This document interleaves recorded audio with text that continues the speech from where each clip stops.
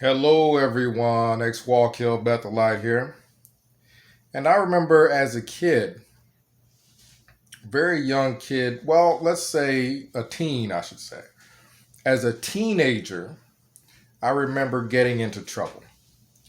I went to the mall, which was pretty much just a hangout spot for just a lot of teens. And I remember walking uh, with some friends. Some other kids were walking the opposite direction. The whole fight essentially broke out over something stupid. I'm walking one direction, the other group of kids are walking towards us, and nobody wanted to move. Nobody wanted to move. So, of course, we end up bumping shoulders, and then you have words being said, and the whole thing erupts. So now you have a fight at the mall, and you've got police there, and the one group of kids is saying all this about us, telling the cops it was our fault, we started it, yada yada yada. They didn't do anything, you know. So now you got the he say she say going back and forth. Well, I was a JW kid, and for the first time ever, I'm back in the back area with police officers. So they listen to those kids, they grab me. Uh, I'm somewhat of a shy kid, uh, and I just go with the police. So we go into the back. uh, and I remember getting slammed up against the wall by the cops. So we calmly walk to the back area.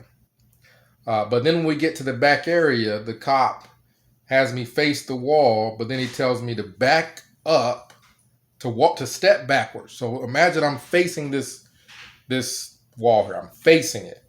And he's saying step back and then lean forward. So I step back and then I kind of lean forward. He's like, I said step back and lean forward, as if that's not what I just did. So I step back a couple more steps and lean forward. I mean, if I step back too far and lean forward, I'm going to be on the ground. And he said, you can't understand English, boy. And he grabs me and he said, I said, step back and then lean forward, and slams me up against the wall. This is before all this police brutality stuff was being recorded by everybody and becoming well known. So here I am getting slammed up against the wall by the cops. Then they have me sitting in a chair. I got my hands cuffed behind me. And they're going through my pockets, and they took out my wallet, and they're going through my wallet. And I think back then I had some kind of a naughty magazine or something. I don't know what I had, but it was something, some picture of a girl or something. And it had numbers on the back of it. I'm a JW kid. I don't remember where I got it from, but I remember the cops were more vulgar than anybody else at the mall, than the kids we were just fighting with, than anybody that was with me. The cops were the most vulgar ones. They grabbed whatever it was out of my wallet, the picture of the girl, and he's sitting back looking at the girl with his buddy, and they're both looking at the picture.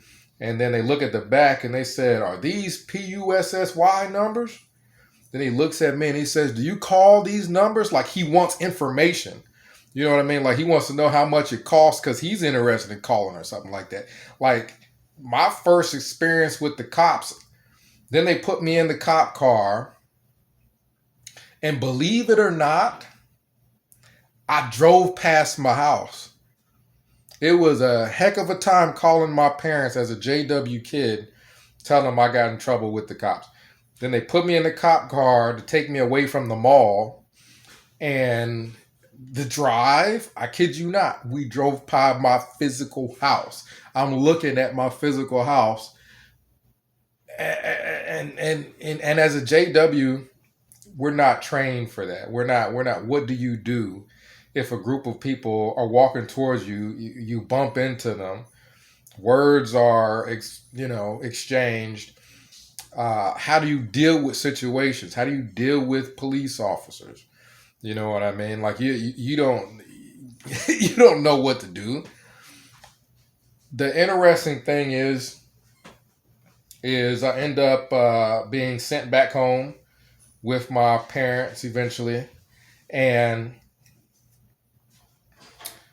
my stepdad, who's a JW elder, did not know what to do.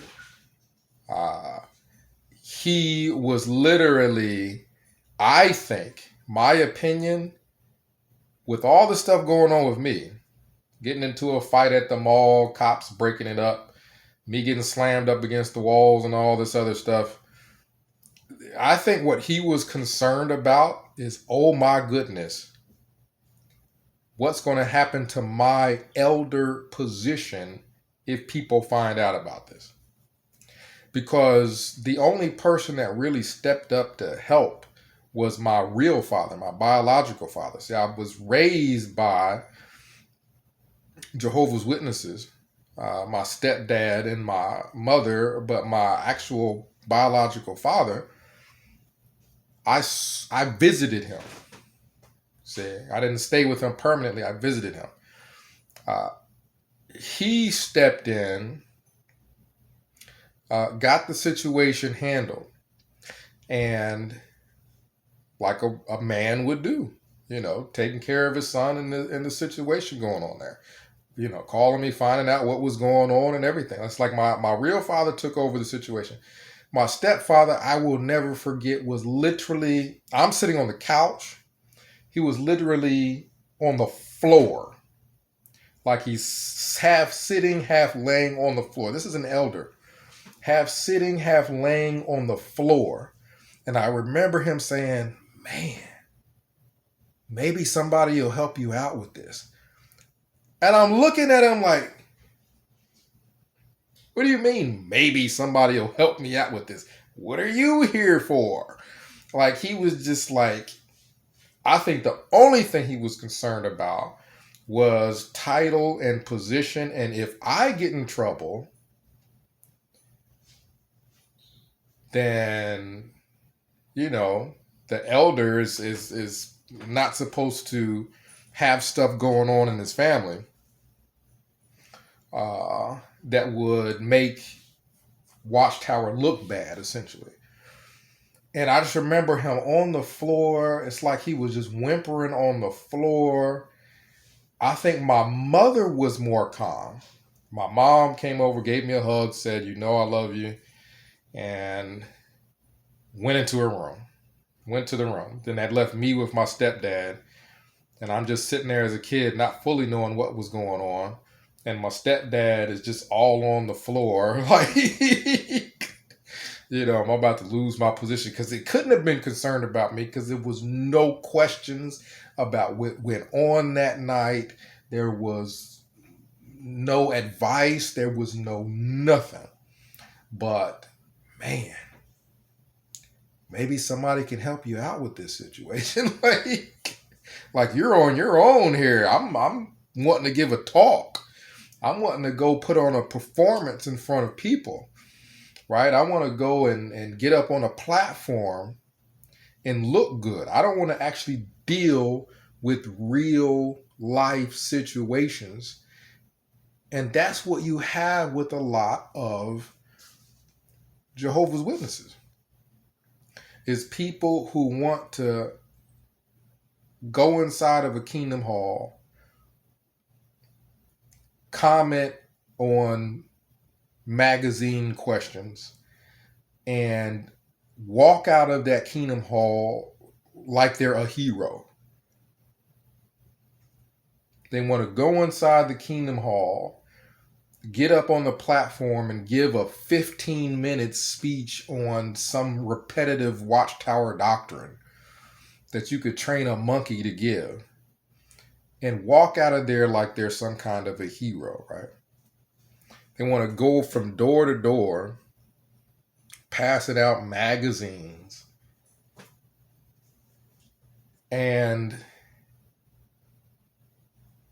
walk around feeling like a hero because they passed out some magazines. But in reality, in the family, in the community, when it comes to real world issues, Jehovah's Witnesses are never nowhere to be found. Right? There ain't no charities. They're not really doing anything for the community. In the family, I can't speak for anybody's family but my own. And I know that the male role model, the elder of the congregation, the family head, didn't do jack when I got in trouble fighting. He didn't know what to do. Hopefully somebody else will take care of it. And fortunately they did. My father took care of it.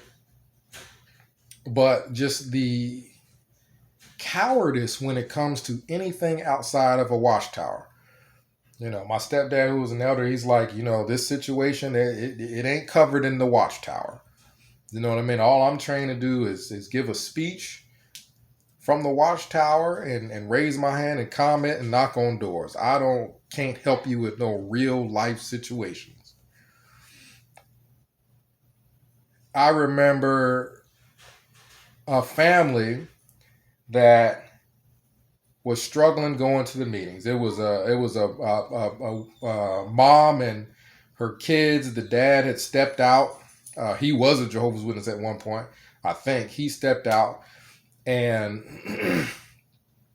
the mom was faced with real life situations, stuff going on in school, and all kinds of things like that with the kids. And she's wanting the elders to come over to help her get it all straightened out, straighten everything out with the kids and whatnot. A male role model, right, to right the ship. Nobody came. Nobody had any real answers.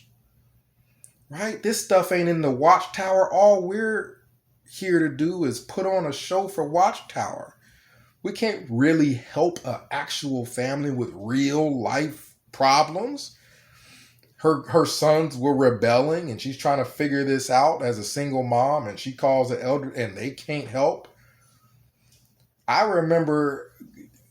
think that family was probably close to no longer attending meetings because they're asking for help and they're not getting it. And the elders don't care. Hey, you're not putting in a whole lot of time knocking on doors and giving out magazines anyway. So why would we come over there and spend a whole lot of time helping somebody who's barely attending meetings, right? When you think about these situations, you think about people who like to hide under their religion. Christians, or most Christians, use their religion not just to comfort themselves, but to go out and do things in the community. Go out and try to fix things in their family. You know, Jehovah's Witnesses, they use their religion to hide behind Watchtower. Oh, we're heroes as long as we raise our hands, give a comment, knock on some doors, and then we're done. We don't have to do nothing else. We don't have to deal with any real life situations. Just ignore everything. The end of the world's coming. That'll fix it. Jehovah's Witnesses hide behind religion. It's something that they're able to use to try to feel good while not dealing with anything.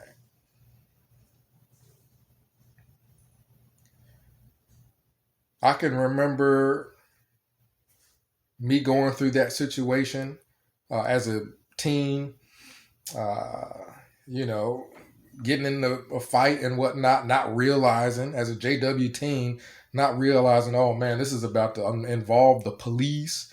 They're going to escort me out the mall. There's going to be all this other stuff going on. I might get kicked out the mall. Like I didn't realize all that stuff because growing up as a JW, I didn't do anything but look at a Watchtower before the Sunday meeting. Like that was there's no real life instruction going on in at least not in my family. I remember we dealt with the divorce.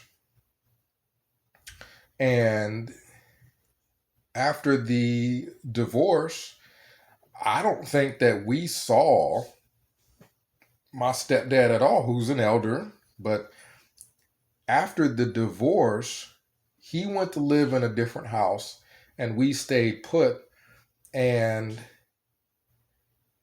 chaos reigned because now my mom is trying to work.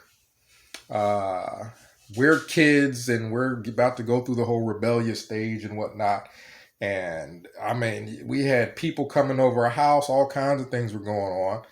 And I remember my stepdad, for the most part, he'd come in, maybe pick up some mail, and may or may not even speak to any of us and just walk out and leave. And I'm like, this is your elder.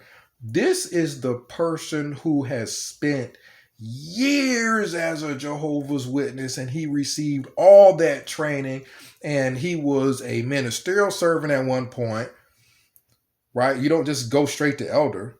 So he was a ministerial servant, trained as a ministerial servant, then served as an elder, trained as an elder, served as an elder for years. And you mean to tell me all that experience, all that training, and I get in trouble and he's on the floor talking about, man, I hope somebody else can help you out.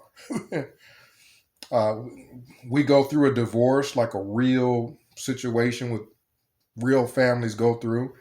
And he kind of exits stage left, and you know what I mean, leaves the we're young still. You know, we're still going through things. And we just had to go through it alone because he was about to be off doing whatever he was doing. Uh, this is your elder. Like, you know what I mean? These are your Jehovah's Witness leadership. Because when Bethel is about to sell the buildings in Brooklyn, there wasn't any kind of big plan. What are we going to do with all our Bethelites that have been working so tirelessly for us for free for years? There was no plan. Hey man, this ain't something that's covered in the Watchtower. Let's get this money from these buildings that we're selling in Brooklyn. This is before they built Warwick. And just tell them to hit the door. Just tell the Bethelites to just hit the door. You know what I mean? Like Jehovah's, when it really comes down to it, these people are Watchtower showmen. That's what they are, Watchtower showmen. And a lot of them, especially the males, are just very weak. They don't they don't question anything in regards to Watchtower because Watchtower tells them not to. Right? So they don't question anything, even though Watchtower constantly gets his teachings wrong. If any organization should be questioned, it's Watchtower, just to make sure the teachings are right this time. And they don't do that. When the elders say, hey, we want to see a show of hands in the congregation, a vote on something basically, everybody just does what the elders do. If the elders raise their hand and say, yes, we want to build a roof on the Kingdom Hall, everybody else does it. If they say, you know, does anybody oppose that? If the elders lower their hand, everybody lowers their hand. They're just followers. Like these are, I mean, some of the weakest people. There's a few people I remember that kind of rebelled against the uh, elders, and I think uh, you may have a few people like that, but not very many, not very many at all. So, what's your experience? Like these are some of my experiences dealing with high-ranking Jehovah's Witnesses firsthand. I mean, elder in the congregation, right? Elder for years, uh, right? I remember. I mean, and what happens when life hits? They're they don't know how to do anything but to put on a show for Watchtower. They're Watchtower showmen. Like my stepsister probably hadn't talked to her dad. This is the same person I'm talking about. My stepdad, her dad, she hadn't even spoken to him in, I don't know, years. I hadn't spoken to him probably in decades. You know what I mean? But it's just he's just perfectly happy being absent as long as he can get on a stage, and he's a hero because he knocked on somebody else's door, and gave him a magazine. It's ridiculous. It's ridiculous. Uh, we had a few people who were, heroes, like Ray Franz. And like I said, there are a few, but not many. Ray Franz had a crisis of conscience because of the things that he was saying. Uh, and he spoke up about it. That's been one governing body member in the whole history of Watchtower that actually spoke up and said that the things that he was saying was bothering him. Where Watchtower would fluctuate its teaching and tell people in this country, hey, you guys can go ahead and, you can do what you need to do to survive in the political climate in these other countries. And then they'll look at another country and say, no, you guys need to stand firm and stick with Watchtower teaching. And those people end up being massacred, right? And certain countries where, hey, if you don't pick a political party, they're not going to take too kindly to that. Watchtower just being Watchtower, fluctuating. 1 minute they're teaching this, 1 minute they're teaching that, 1 minute they're telling a group of people to do this, 1 minute they're telling them that. And this person saw members being hurt by Watchtower's nonstop wishy-washy teachings and wishy-washy instruction and direction. So he stood up about it. But how many people have you seen do that? How many governing body members are strong enough to do what Ray Franz did? There's only been one. This is what I'm saying. There's very few that are actually strong enough to really do what's right. Comment down below. Let me know what you think. X Wall Kill Bethelite signing out.